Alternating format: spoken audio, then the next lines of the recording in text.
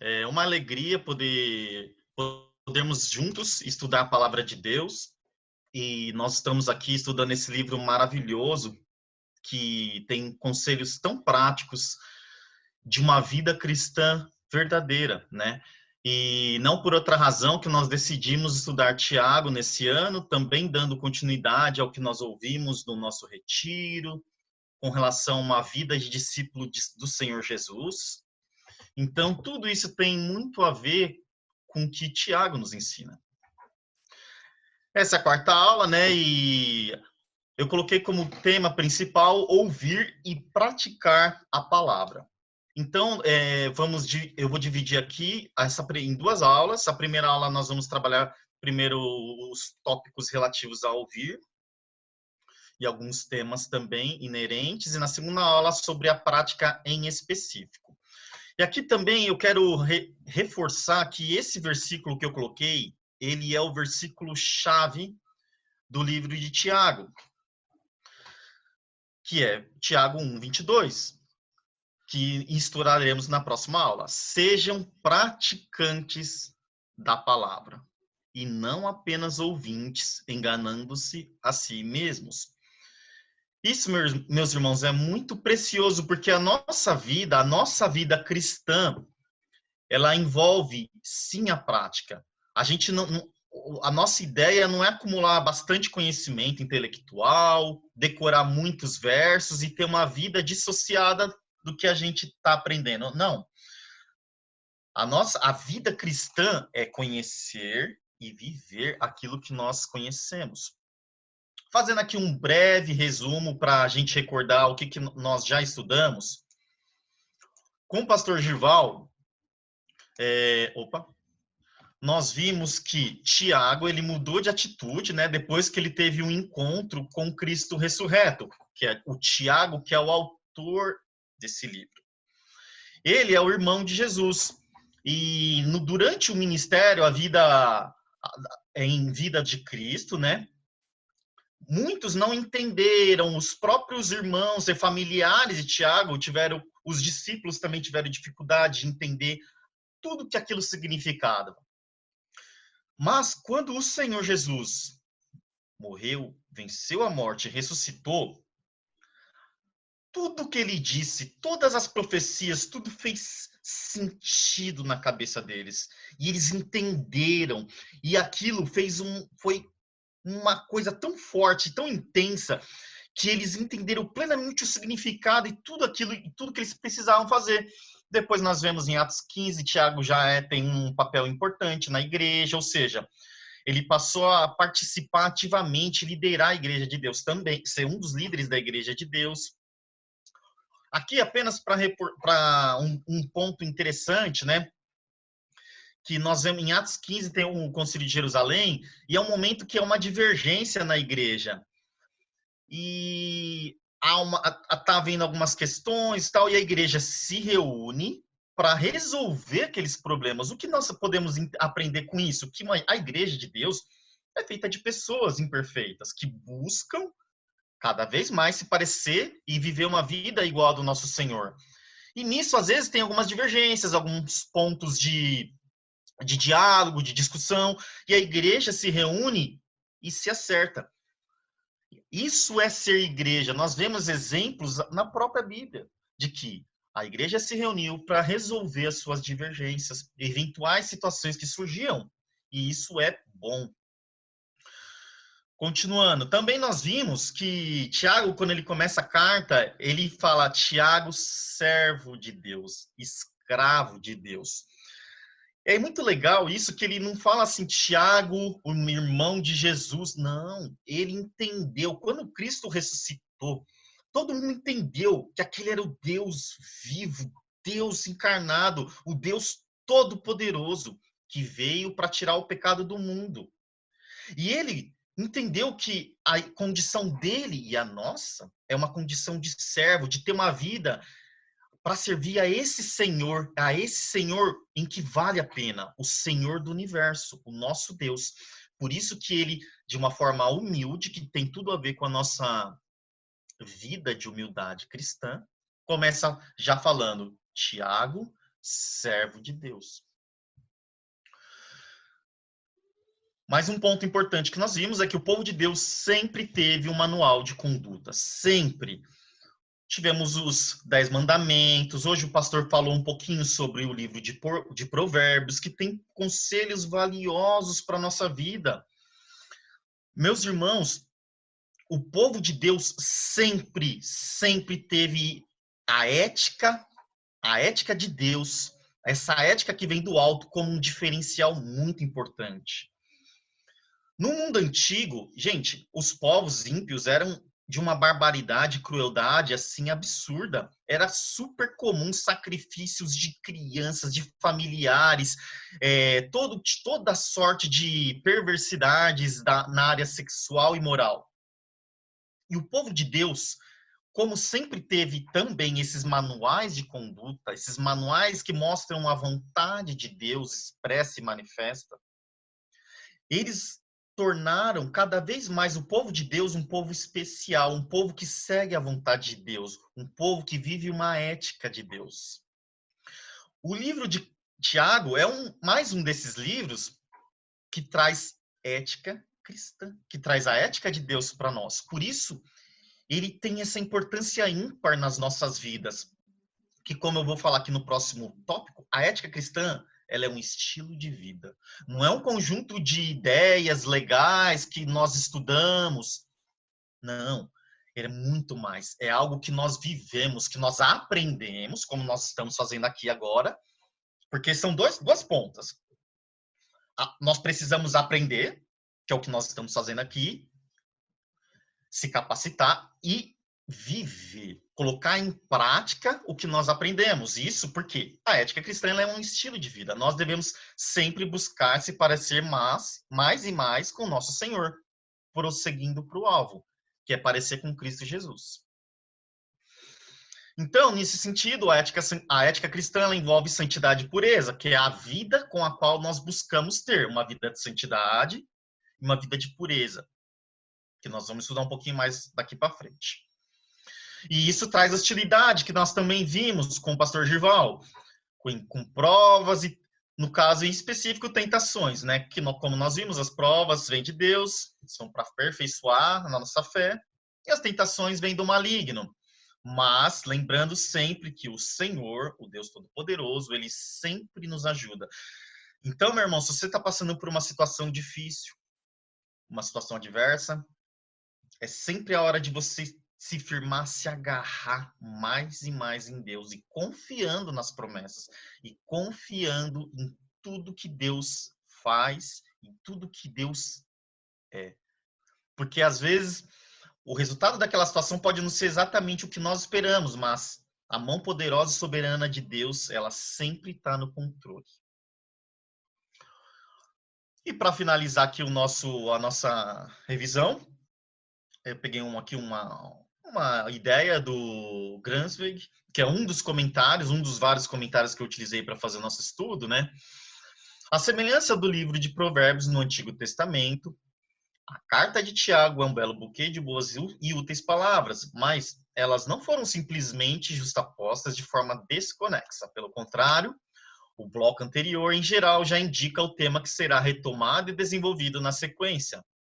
Tiago tem no ouvido as perguntas e objeções de seus leitores e trata delas assim. Assim a carta se torna um diálogo vivo.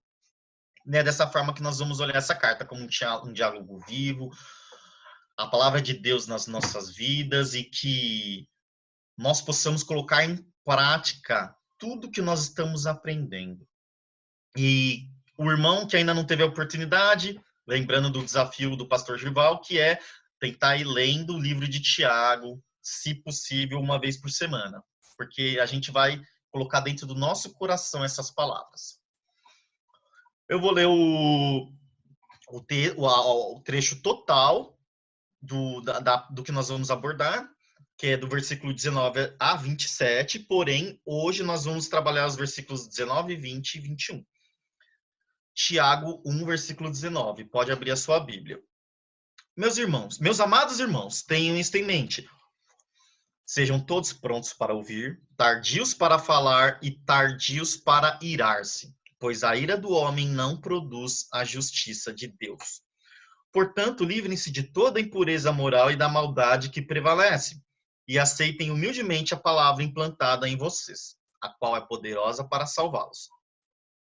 Sejam praticantes da palavra e não apenas ouvintes, enganando-se a si mesmos. Aquele que ouve a palavra, mas não a põe em prática, é semelhante a um homem que olha sua face no espelho e depois de olhar para si mesmo, sai e logo esquece a sua aparência.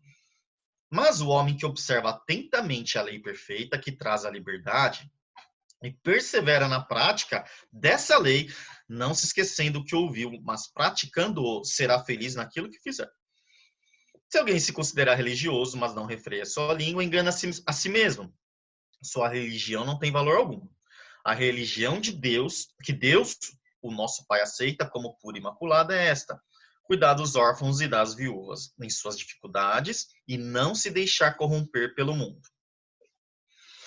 Bom, o trecho é muito rico, tem muita coisa. Eu vou, dentro, abordar os principais pontos, porque aqui tem uma riqueza, assim, imensa, né, de conhecimento.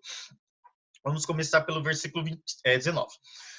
Meus amados irmãos, tenham isso em mente. Sejam todos prontos para ouvir, tardios para falar e tardios para irar-se.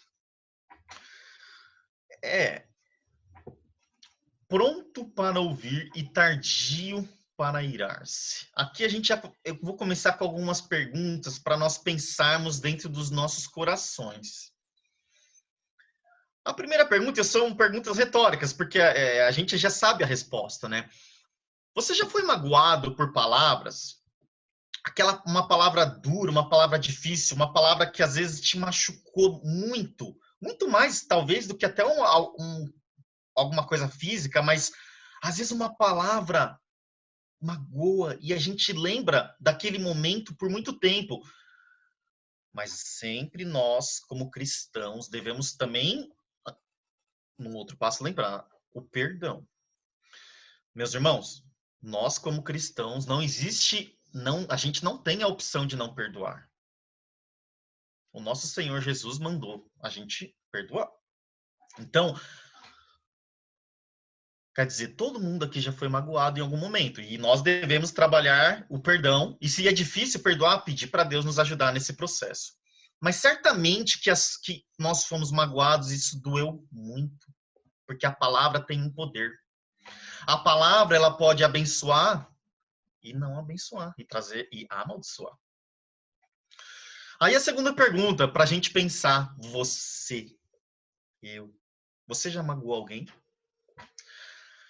Você já lançou palavras que machucaram, e às vezes intencionalmente, para machucar uma pessoa, sabendo que você conseguiria isso? Como nós falamos, nós temos uma ferramenta importante, que é a nossa língua, que é a capacidade que Deus nos deu de falar. E com essas falas, o que nós estamos fazendo com essa bênção que Deus nos dá? Em tempo de crise, nós vemos uma crise ímpar, né? Acho que na história recente da humanidade é a maior, né? Do que até, acho que antes dessa crise, talvez a Segunda Grande Guerra, com relação ao tamanho da crise que nós vivemos. Meus irmãos, mais do que nunca, o que nós estamos estudando hoje tem que ser parte da nossa vida. Nós estamos fechados em casa, em quarentena. Às vezes o estresse aumenta. Você liga a televisão, é muito triste, né? Você assiste o jornal, você termina deprimido. É só coisa ruim, os políticos brigando, e mortes, e não sei o quê, e um diz uma coisa, outro diz outra. Aí você desliga aquilo com aquele coração apertado, e você não pode sair de casa, você não pode fazer suas tarefas normais. Para sair, a gente tem que pôr máscara, luva, tomar cuidado, não pode dividir o elevador, quem mora em prédio, não pode dividir com outra família. Aí quando você volta para casa, tem que se desinfectar. Nossa, é muito maluco. Então, o nosso coração, ele fica mais assim, sabe? Tá difícil. Mas é nessa hora que a palavra mansa, ela precisa estar presente na nossa cabeça. Tem que ser uma coisa intencional. Falar assim, não, eu tenho que ser um pacificador. Se o clima aqui em casa estiver um pouquinho agitado, eu vou trabalhar com a palavra mansa. E nisso, Tiago diz, seja tardio para irar-se. Aqui eu vou emendar com, se você se irá, porque estou aqui parafraseando um texto bíblico que a gente vai ler na sequência, não peque. A Bíblia não diz nunca ire-se. A Bíblia entende que nós somos humanos e eventualmente a gente vai ficar um pouco irritado, mas tem uma diferença entre você ficar um pouco irritado e você pecar. Podem abrir, por favor, suas Bíblias em Efésios 4, versículos 26 e 27.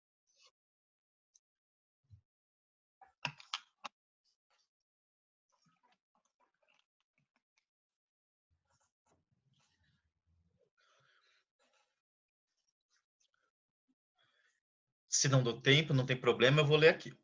Quando vocês ficarem irados, não pequem. Apaziguem a sua ira antes que o sol se ponha e não deem lugar ao diabo. Ou seja, quando a gente, de repente, fica um pouco irritado, e nesse tempo agora mais difícil, como eu falei agora, é mais fácil a gente estar um pouco mais tenso em casa, né? Preso em casa. Mas é nessa hora que nós temos de ter a palavra de Deus na nossa mente, no nosso coração, e essa sabedoria, esse discernimento, essa ideia de pensar, eu vou trabalhar, eu vou lançar palavras mansas com a minha esposa, com meu filho, que às vezes está triste, às vezes está fazendo malcriação porque ele não aguenta mais ficar em casa e não tem aquela questão de, poxa, por quê, né? Ou entre os cônjuges também, você e sua esposa, a palavra mansa. Se você ficar irado, às vezes aquela coisa que aconteceu do jeito que você não queria, alguma coisa que deu errado, não peque, apaziguar a ira.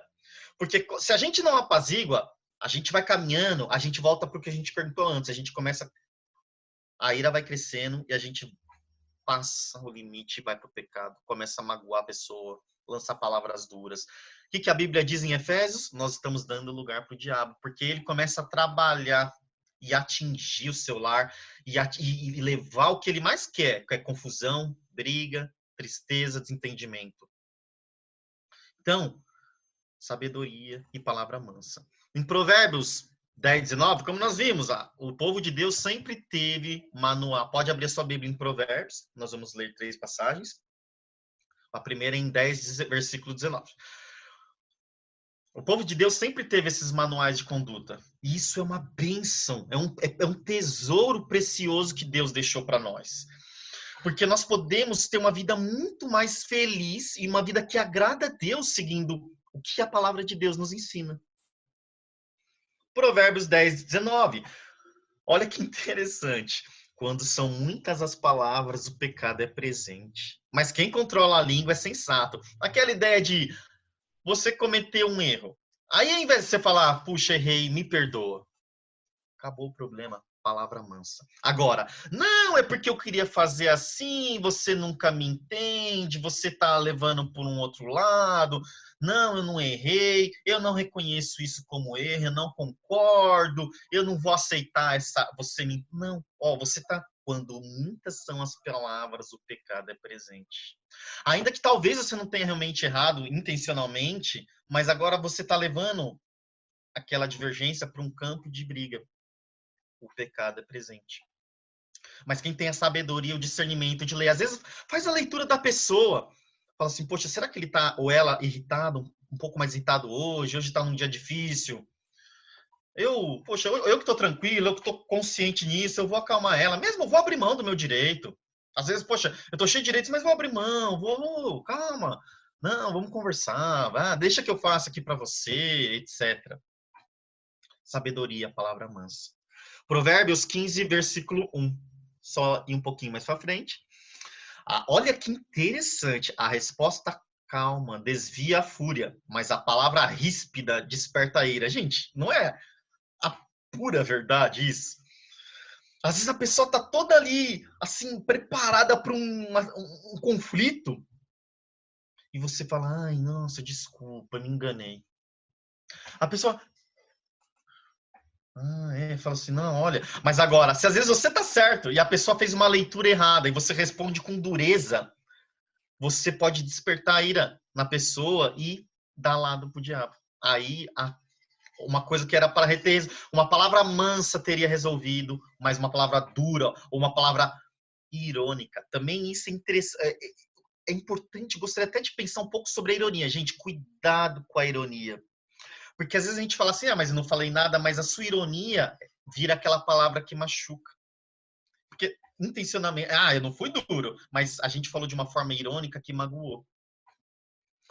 Seguindo um pouquinho mais para frente, Provérbios 17, 27.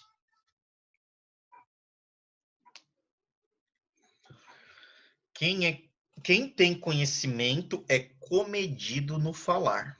E quem tem entendimento é de espírito sereno. Olha que interessante. A Bíblia diz que você tem uma calma, uma mansidão. Você pensar antes de falar. E quando falar de uma forma mansa. Demonstra que você tem entendimento e espírito sensato. Lembram que também o Senhor Jesus falou, eu sou manso e humilde. Tudo, claro, o Senhor é pleno nas virtudes. E é algo que nós devemos buscar. Buscar, caminhar e prosseguir para o alvo. Por quê? A transição da ira para o pecado, ela, às vezes, uma palavra mais dura já dá lado. E aqui, gente, eu queria fechar esse tópico com isso. Cuidado com palavras irrecuperáveis. Isso é precioso. Eu queria que todo mundo guardasse isso no coração. Às vezes você solta uma palavra sem pensar e machuca a pessoa. Mas não dá para tirar ela de volta. Ela não volta. Você lançou, você jogou aquela palavra e você machucou. A pessoa vai te perdoar. Mas vai doer. E é uma palavra que não tem volta.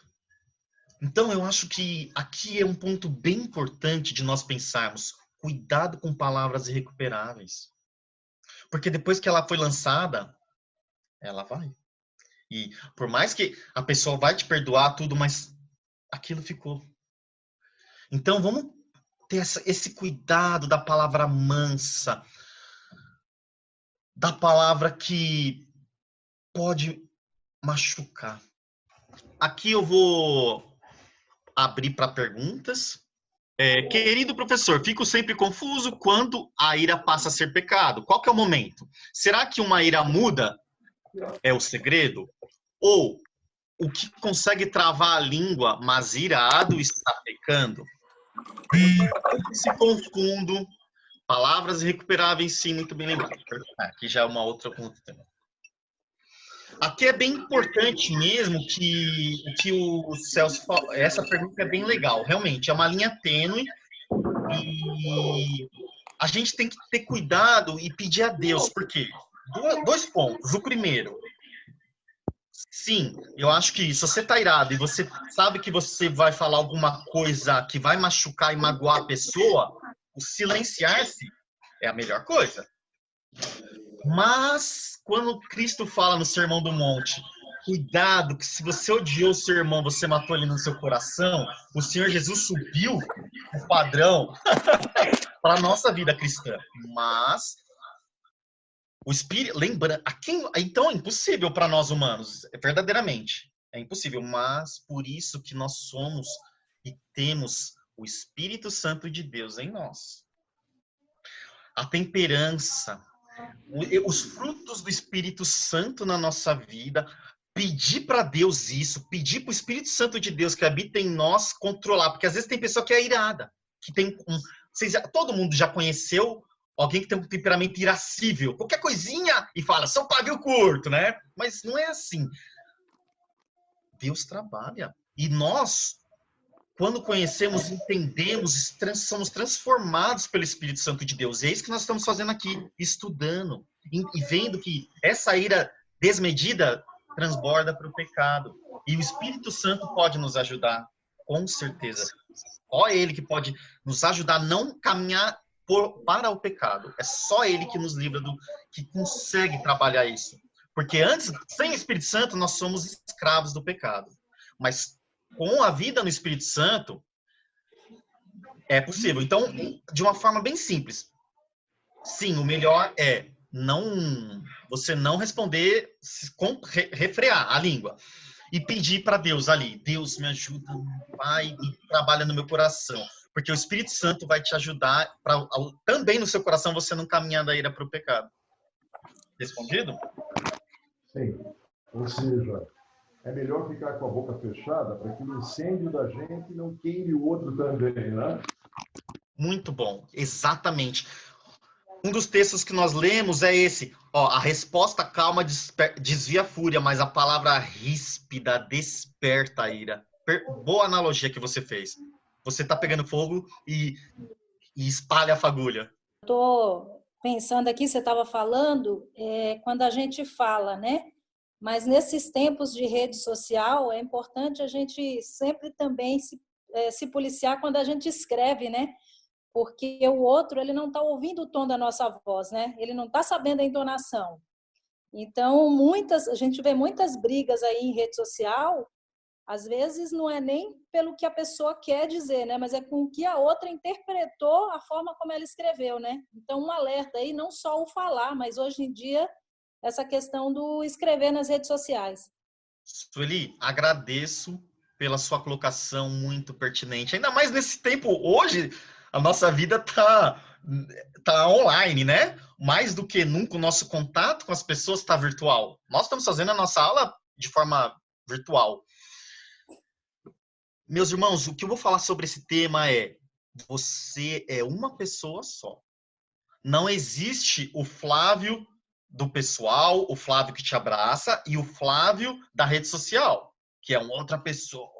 Que lá ele fala um monte de coisa, joga verdades. Não, você é um só. Porque às vezes tem muitas pessoas que têm um pouco de dificuldade nessa área, que às vezes se sente um pouco mais livre para falar coisas escrever coisas irrefletidas em rede social. E a Sueli falou um ponto muito interessante. Às vezes você não quer magoar, você falou só de uma forma assim, você digitou, o dedo estava ali empolgado, e a pessoa vai ler, ela não está vendo que você está rindo, que você está usando a ironia. Gente, ironia é um recurso extremamente perigoso. A chance de a pessoa não te entender é muito alta, e de ficar magoada. E pode, sabe qual que é o mais duro? Muitas vezes a pessoa não vai te falar. E ela vai ficar super triste com você por uma coisa que você não tinha nem intenção, assim, mas ela não viu que você estava brincando, que você estava sorrindo, que você falou num dia bom e ela estava num dia péssimo às vezes. Então, evitar. E sempre ter isso em mente. A unidade de pessoa. Nós somos uma pessoa, presencial ou virtual. Continuando, versículo 20, que é a continuidade. Eu vou ler o 19 de novo. Meus amados irmãos, tenham isto em mente, sejam todos prontos para ouvir, tardios para falar e tardios para irar-se, pois a ira do homem não produz a justiça de Deus. Versículo 20. Pois a ira do homem não produz a justiça de Deus. Quer dizer, a nossa ideia, a ideia da vida cristã é uma vida que vá ao encontro e que nós busquemos sempre nos espelhar na pessoa de Jesus Cristo. E Ele é o Deus todo santo, todo bom, todo justo. Não é a nossa ira que, como nós vimos, transborda muitas vezes para o pecado, que vai fazer a justiça de Deus. E aqui nós podemos ter 3 possibilidades aqui de interpretação do que o Tiago quer dizer com justiça de Deus. Poderia ser como sinônimo de justificados, que é o fato de Deus, mesmo nós não sendo justos, Deus nos torna justos. pelo sacrifício salvífico de Cristo, né? Mas o que mais eu vejo essa segunda hipótese como a que mais aqui perto do que Tiago está falando para nós, que somente Deus exerce a verdadeira justiça. Na minha ira, eu não vou conseguir exercer a justiça de Deus nunca. Na minha ira, nossa, por exemplo, eu estou correto e quero passar para minha esposa ou para o meu filho. Eu estou falando bem mais no contexto familiar, porque atualmente, em diante do que nós estamos vivendo, está mais o nosso dia a dia, né? Ah, eu não vi o que eu faço, tal. Poxa, você não reconhece. Você está querendo fazer a justiça. Muitas vezes, e você não vai chegar na justiça de Deus, você não vai fazer. Não é isso.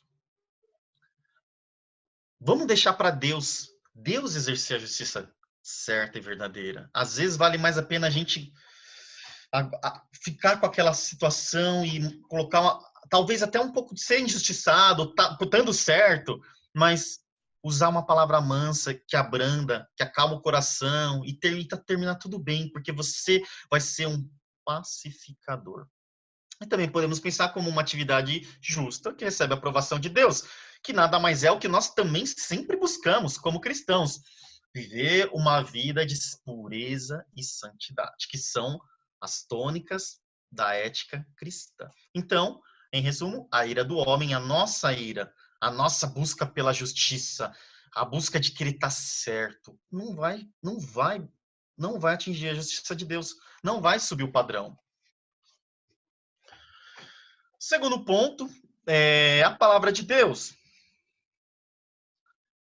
Só um minutinho. Versículo 21. Aqui só para pontuar os irmãos, vamos ler todos os versículos, estudar cada um deles, e eu fiz uma organização aqui, não sequencial, mas para ser um pouquinho mais didático, tá bom, irmãos? Para o nosso estudo. Versículo 21, Tiago 1, 21. Portanto, livrem-se de toda a impureza moral e da maldade que prevalece na NVI, e aceitem humildemente a palavra implantada em vocês, a qual é poderosa para salvá-los. Aqui tem muita riqueza nesse texto, né? Primeiro, a palavra de Deus tem poder para salvar. E isso, gente, é algo muito, muito, muito precioso. Se você confessar com a sua boca que Jesus é Senhor e crer em seu coração que Deus o ressuscitou dentre os mortos, será salvo. Pois com o coração se crê para a justiça e com a boca se confessa para a salvação. A palavra de Deus tem poder para salvar. Seguindo, aí tem aquela questão da responsabilidade cristã. A vida cristã, meus irmãos, que é o que nós estamos vendo aqui, não é uma vida só de receber, mas é uma vida de dar. Não é uma vida de só ter acesso à bondade, às bênçãos de Deus. Nós temos a certeza que nós vamos morar eternamente com Deus, porque Cristo nos garantiu isso na cruz. Isso é uma certeza, porque a palavra tem poder para salvar. Porque nós confessamos com a boca um dia que Cristo é Deus, que ele venceu a morte. Então, isso já é uma verdade na vida de cada um agora. Cada um aqui já é um cidadão do céu. Mas isso também tem uma responsabilidade. Nós, como cristãos, da nossa vida cristã, sabendo que essa palavra de Deus tem poder para salvar, nós temos uma grande responsabilidade. Vamos abrir agora, por favor, em 2 Timóteo 4, e vamos ler o versículo 2. A palavra de Deus diz: pregue a palavra. Não está escrito assim, se der, pregue a palavra, se lembrar, se você fizer um curso de teologia, está falando, pregue a palavra. Esteja preparado a tempo e fora de tempo, repreenda, corrija e exorte com toda a paciência e doutrina. E nós devemos viver isso. Mas esse texto, o Senhor Jesus falou, ide pregai o evangelho a toda criatura. É uma missão da igreja. Nós somos a igreja de Deus. Pregue a palavra. Então, essa preciosidade que é a palavra de Deus, que um dia nos salvou. Quando nós confessamos e cremos, nós temos essa responsabilidade. É a coisa. Eu gosto de pensar assim: a coisa mais preciosa que aconteceu na minha vida, meus irmãos, foi quando eu conheci Jesus. Foi quando eu entendi quem era Cristo e qual era o sentido da minha vida, de verdade. E aquilo me libertou de uma vida vazia, de uma vida triste sem sentido. Ou seja, foi a coisa mais importante que aconteceu na minha vida. E, poxa, se é a coisa mais importante que aconteceu na minha vida e é acessível a outras pessoas, como eu posso não pregar a palavra, não compartilhar disso com outras pessoas? Isso que nós devemos ter sempre em mente. Continuando, a palavra de Deus diz: livrem-se de toda a impureza moral e da maldade que prevalece. A NVI traduz como prevalece, mas é boa a tradução tudo, só que, mas para explicitar, ele quer dizer um sentido de excessiva, aquela maldade que está intrínseca, sabe? Aquela maldade que a gente cultiva no nosso coração. Então, a gente tem que se livrar desse excesso de maldade, tem que se livrar dessa vida de impureza moral. A gente tem que ter uma vida transformada, uma vida que busca Deus. Vamos ler agora, por favor, Marcos 4, o tempo está a nosso favor. Marcos 4, de 3 a 20, vamos ler brevemente esse trecho. Não vamos estudar especificamente ou profundamente ele, mas ele tem tudo a ver com o que a gente está conversando agora. A minha pergunta, eu quero que todo mundo leia comigo esse trecho com uma pergunta na cabeça. Qual a semente que eu sou? Marcos 4, perdão, versículo 3. O Senhor Jesus. Ouçam, o semeador saiu a semear. Enquanto lançava a semente, parte dela caiu à beira do caminho e as aves vieram e comeram. Parte dela caiu em terreno pedregoso, onde não havia muita terra, e logo brotou, porque a terra não era profunda. Mas quando saiu o sol, as plantas se queimaram e secaram, porque não tinham raiz. Outra parte caiu entre espinhos que cresceram e sufocaram as plantas, de forma que ela não deu fruto. Outra ainda caiu em boa terra, germinou e cresceu e deu boa colheita, a 30, 60 e até 100 por um. E acrescentou: aquele que tem ouvidos para ouvir, ouça. Quando ele ficou sozinho, os 12 e outros que estavam ao seu redor lhe fizeram perguntas acerca das parábolas. Ele lhes disse: a vocês foi dado o mistério do reino de Deus, mas aos que estão fora, tudo é dito por parábolas, a fim de que, ainda que vejam, não percebam, ainda que ouçam, não entendam, de outro modo, poderiam converter-se e ser perdoados. Então Jesus lhes perguntou: vocês não entenderam essa parábola? Como então compreenderão todas as outras? O semeador semeia a palavra. Algumas pessoas são como a semente. Olha que legal. As pessoas são qual pessoa, qual semente nós somos. Algumas pessoas são como a semente à beira do caminho, onde a palavra é semeada. Logo que ouvem, Satanás vem e retira a palavra nela semeada. Outras, como a semente lançada em terreno pedregoso, ouvem a palavra e logo a recebem com alegria. Todavia, visto que não têm raiz em si mesmas, permanecem por pouco tempo. Quando surge alguma tribulação ou perseguição por causa da palavra, logo a abandonam. Outras pessoas, ainda como a semente lançada entre espinhos, que ouvem a palavra, mas quando chegam as preocupações dessa vida, o engano das riquezas e os anseios por outras coisas, sufocam a palavra, tornando-a infrutífera. E, gente, que nós sejamos, aqui o versículo 20. Outras pessoas são como a semente lançada em boa terra. Ouvem a palavra, aceitam-na e dão uma boa colheita de 30, 60 e até 100 por um.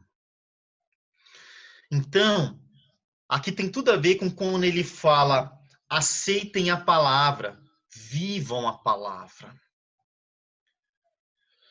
Quando a gente entende, ouve o que a gente está fazendo aqui hoje, ouvindo a palavra, aceitando a palavra, vivendo a palavra, a gente vai frutificar, ter uma vida cristã, uma vida dentro da ética cristã, uma vida com prática, não uma vida vazia. A vida de muito conhecimento e pouca prática é uma vida vazia. A vida na qual nós ouvimos e vivemos o que nós ouvimos é essa boa semente. É a semente que recebeu a palavra e compartilha. É a vida de quem, como o Tiago falou, aceitem a palavra. Quando a gente aceita o que a palavra diz como mandatório, como algo que nós devemos viver. Não como, eu não concordo muito com isso que Deus diz. Vou fazer do meu jeito. Não. Aceitar a palavra e falar, olha, eu não entendo, meu coração não quer fazer, mas eu sei que Deus quer que eu faça assim. Porque é a palavra boa, perfeita e agradável. Então eu vou viver assim. Ter uma vida verdadeira e caminhar com Deus. A palavra de Deus, continuando, a palavra de Deus também traz felicidade. No versículo 25, diz, voltando, Tiago 1:25.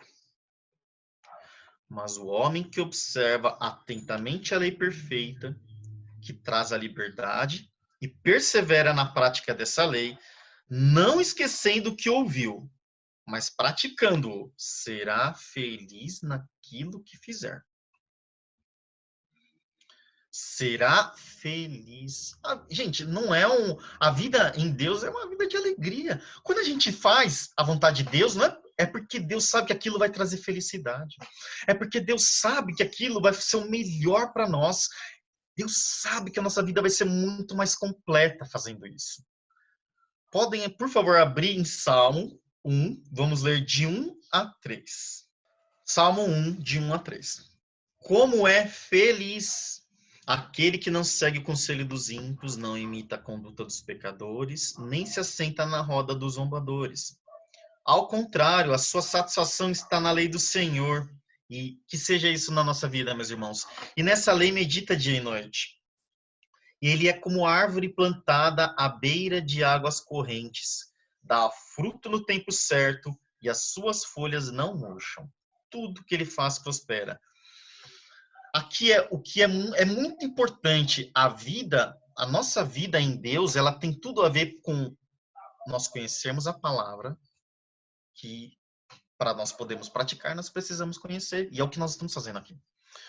Buscar, aprendermos juntos a palavra de Deus, compartilhar a palavra de Deus e viver a palavra de Deus. E isso vai trazer felicidade para a nossa vida e bênçãos. Uma vida com Deus, uma vida que agrada a Deus. Uma vida de acordo com a vontade de Deus traz felicidade. E felicidade também podemos ter em mente como a certeza, a felicidade maior, meus irmãos, é a certeza de que nós moraremos eternamente com Deus. A certeza que Cristo voltará e nós moraremos eternamente com Ele. Aqui uma pergunta para nós. A nossa felicidade está em quê? No que? Em quem? Aqui é um perigo. Nós temos um risco de depositar, às vezes, a nossa alegria em coisas, em time de futebol, em trabalho, em filhos. O time, às vezes, perde, é desclassificado. Tem time até que fecha. O trabalho, um dia você se aposenta, ou a empresa desliga, e você se desliga da empresa. Os filhos, é plano de Deus eles saírem de casa um dia para constituir as suas famílias. Não é que nós não devemos nos alegrar nessas coisas, nas coisas boas, principalmente nas coisas boas que Deus dá, como os filhos, que como nós vimos hoje, são herança e bênção do Senhor. Vimos hoje na palavra do nosso pastor. Não, devemos sim nos alegrar muito, mas não depositar toda a nossa felicidade neles. A nossa felicidade maior é no Senhor. E, claro, nos alegrar das coisas boas e maravilhosas que Deus nos dá como filhos. E porque quando nós depositamos a nossa esperança, felicidade em Deus, nós não seremos frustrados.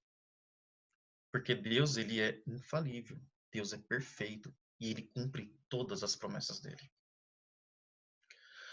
Aqui, meus irmãos, eu vou abrir mais uma vez para perguntas e alguma consideração que o irmão queira fazer. Bom dia, sou a Dani, a namorada do Edu. Tenho uma dúvida sobre o texto de Marcos, onde ele cita o trecho de Isaías, nos versículos 11 e 12. Não entendo o motivo do texto dizer, ainda que vejam, não percebam, de outro modo, poderiam converter-se e ser perdoados. Esse é um texto profético sobre a justiça de Deus naqueles que o negaram. Aí é um juízo de condenação sobre pessoas que negaram a pessoa de Deus especificamente.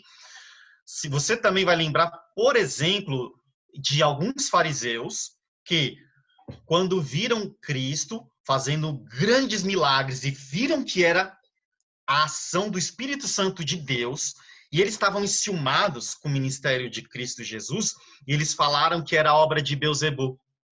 Ou seja, eles atribuíram uma obra que eles tinham certeza que era de Deus, e eles falaram, ele está agindo por meio de Satanás.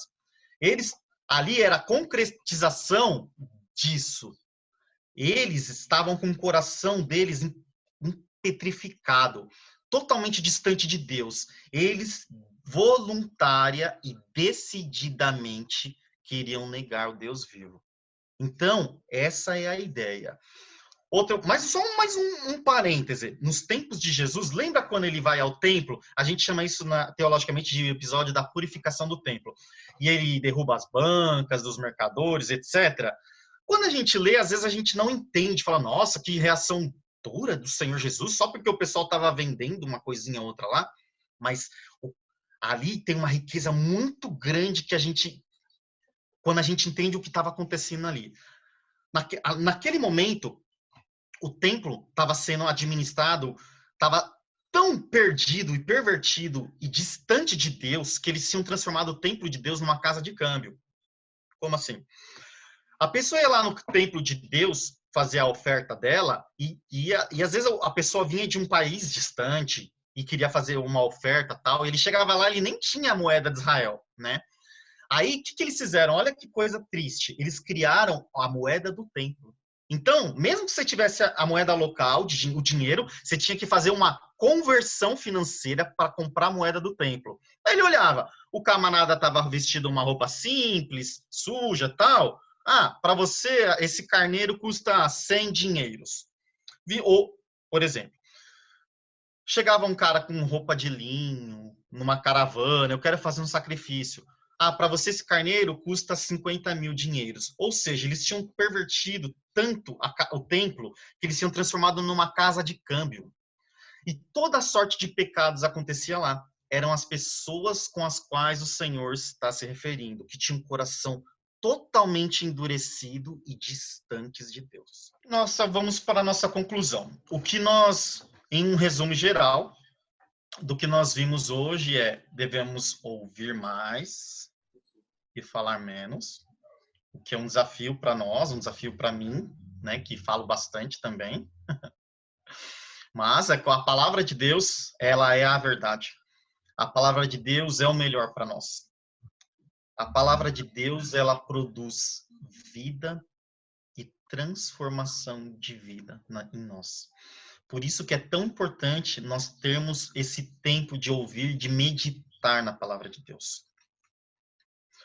Vimos também que a nossa ira não produz a justiça de Deus.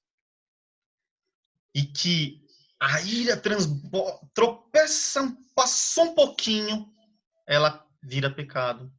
E que a gente, como o irmão Celso comentou, a gente tem que ter cuidado até quando você ficou quieto, mas você está odiando a pessoa no seu coração. Lembra que Jesus falou? Você cometeu pecado. Então, mas para nós, como homens, é impossível a gente pedir a Deus, pedir sabedoria e a ação maravilhosa do Espírito Santo nas nossas vidas para trabalhar isso em nós. Também vimos que nós devemos nos livrar da maldade que excede, da maldade que permanece, nos livrar de hábitos maldosos, aquele pecadinho de estimação. Ninguém sabe o que você tem, mas Deus sabe. Aquilo que a gente tem que se livrar para ter uma vida plena em Cristo Jesus. Mas nunca podemos falar, isso eu não tenho jeito. Não, sempre tem um jeito. Então, nós sempre devemos, como um bom soldado, estar prontos para combater o bom combate. E isso começa dentro de nós, gente. Uma vida cristã verdadeira começa em você. Não em você falando para o outro. Não, mas primeiro ela transformou o teu coração. E agora, com essa vida transformada, você transborda e você quer falar. E você quer compartilhar o que Deus fez em você. Porque nossa vida cristã é uma vida de pureza e santidade. Esse é o caminho que nós devemos seguir. Nos livrar dos hábitos maus, ter uma vida que agrada a Deus e sempre lembrar que essa palavra que nos salvou, ela é fiel e poderosa.